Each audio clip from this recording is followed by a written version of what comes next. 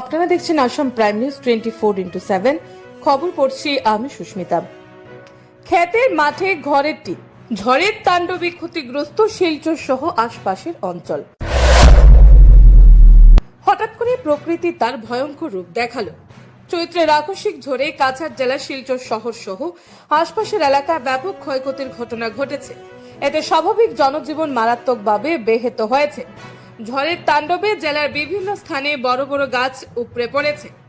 সড়কের উপর গাছ পড়ে যাওয়ায় বহু এলাকায় যান চলাচল ব্যাহত হয়েছে এবং অনেক যানবাহন রাস্তায় আটকে পড়ার খবর পাওয়া গেছে। এছাড়াও একাধিক স্থানে বিদ্যুতের খুঁটি ভেঙে পড়ে এবং বিদ্যুতের তার ছিঁড়ে যাওয়ায় বহু এলাকা বিদ্যুৎ বিচ্ছিন্ন হয়ে পড়েছে। ঝড়ের তাণ্ডবে বহু বাড়িঘর ও দোকানের টিনের চাল উড়ে গেছে। বিভিন্ন স্থানে গাছ পড়ে বাড়িঘর ক্ষতিগ্রস্ত হওয়ার ঘটনাও ঘটেছে।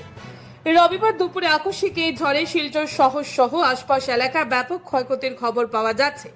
প্রশাসন ইতিমধ্যেই সড়কের উপর পড়ে থাকা গাছ সরিয়ে যান চলাচল স্বাভাবিক করার কাজ শুরু করেছে।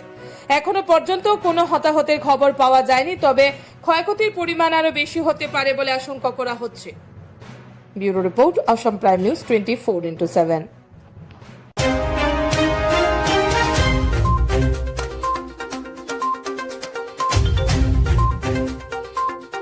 বৃষ্টি বাড়তে বাড়তেই মানে দেখলাম বোটটা একদম তুফানে আমার উপর পড়ে যাচ্ছে, করতে করতে ব্যাগটাও ভেঙে আমি মানে প্রবলেম হয়ে গেছে, তোলানোর জায়গা নেই। ওই সাইড যে জায়গাটা দেখা যাচ্ছে ওইখানে আমি দাঁড়িয়ে, আমার সঙ্গে আরেকজন ঢুকেছিলেন, তো আমরা দুজন ওইখানে।